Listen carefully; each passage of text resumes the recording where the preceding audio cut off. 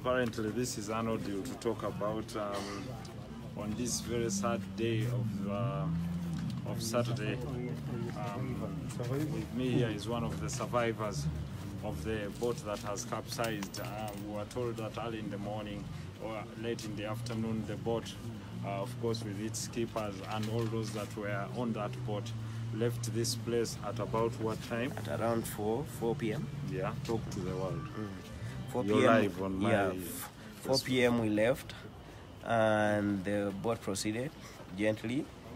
When we arrived, when we get a Luganda, see your neck yakava okuwona oluzungu lujja kutagalako anti gotansolu kati betubadde tugenda tuti eryato ne ligwamu ne litusuulamu ffenna. We were over 80 people berisuddemu. Mubadde mwambadde vesti mwenna life jackets, abasinga badde bambadde nga 15 bebadde tebambadde life jackets.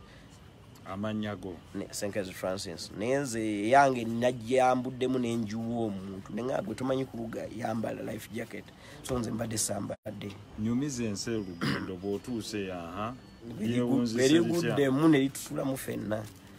So nze nempuga nenvaayo nendyekwatako waggulu ne tubeerayo ne tuleekaana batuyambe ne tubeerako for over 25 minutes ne bajja ne bakola ki ne wabaawo eryato erijja tutaasa.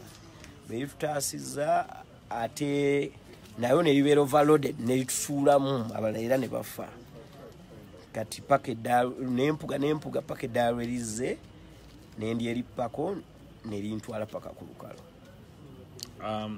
Nambe yasimbudde wano oyinza kakasa otya kuba olabyeko bosobola okujjukira n'amaaso go nti bo bayinza okuba tebalutonze ku maaso guggwe ng'abadde ku mazzi ng'owuga ng'ate n'okuwuga okumazzi? Nsuubira ng'abantu 15 bayinza okuba bafu kuba olabyeko. Wendabyeko ya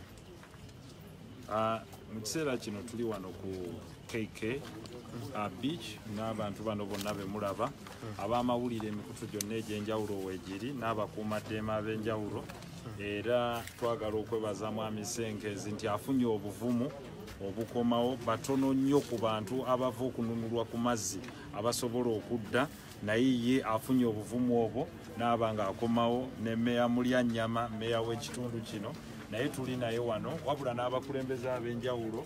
Omukulu atwala ensonga za security, z'ebyobulamu, y'embeera y'ensi n'obutonde ku kyalo kino naye waali, naye n'abatuuze bonna abavuddeyo okudduukirira n'abakuumaddembe bakoze omulimu gw'amaanyi. Twebaza ekitongole ekya poliisi n'amagye, DPC w'ekitundu abadde waali wamu ne OC, omulimu gwe bakoze gwa ttendo, n'ebitongole ebikuumaddembe, kubanga kimu abantu okufuna obuzibu nga bwe mukirabye nga accident, naye kirala abantu nabo okuvaayo ne bakola quick response oba mu rescue okulaba nga babanunula. N'olwekyo tubeebaza abo bonna abatannalabika.